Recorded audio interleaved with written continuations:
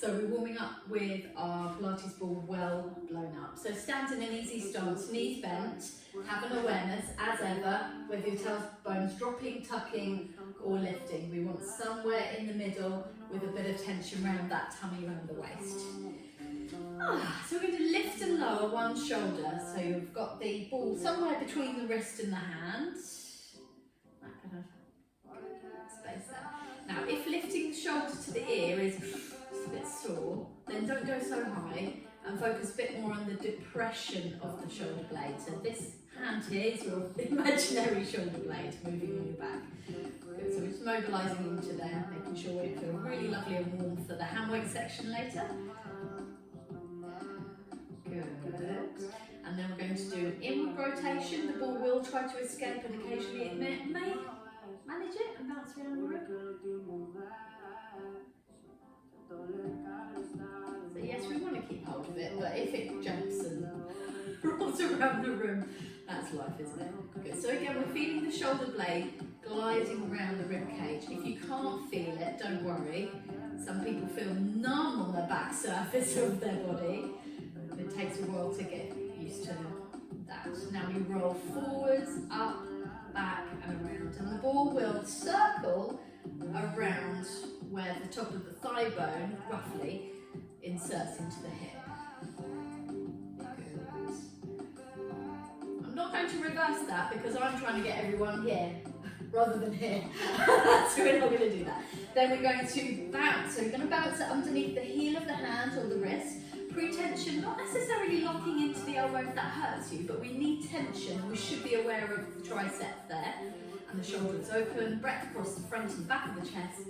Good, and we're lengthening, feeling our ponytail being pulled gently back and the crown of the head up towards the ceiling. We're trying to get really springy bounce going on here. Yes, if you need to stop and stretch, please do. It's normal. I'm trying to wake up these muscles. Good, that was loads. Brilliant. Now just take a moment to breathe. So we'll pop that ball. It's going to feel big, right underneath the armpit. This works really well if you've got some bare skin here. Done, good. Breathe into the ball. So your initial breaths may be up into here. But now we're going to try and send the air a little further down into the ball. You can always put a hand on the other side. Silly me, forgetting to put my teeth in as usual. Good. And now let's get stretching a little bit. So just drop that free arm. Yeah, now we get to stretch out. Breathe into the ball here and release. That should feel really good.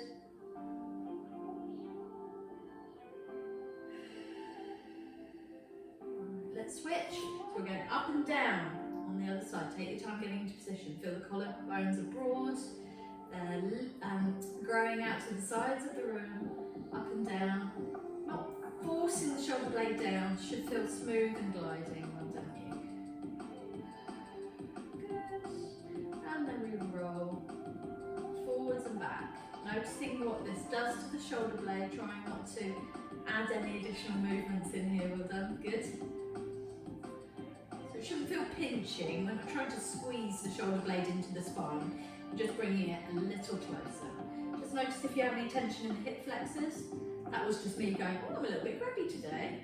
No, shake it out. Good. And then we roll. Roll forwards, up, back and down. Forwards, up, back and down. Good. So if you have your device directly in front of your gaze, that is handy. But if you need to look down for, good, do it with your eyeballs. Feels really weird, right? Okay, underneath the armpit. Little stretches if you need. Big breaths. Expand into the lower lobes of the lungs without letting too much expansion happen here. This is soft up here. Ready for that side bend. Breathing into the ball there.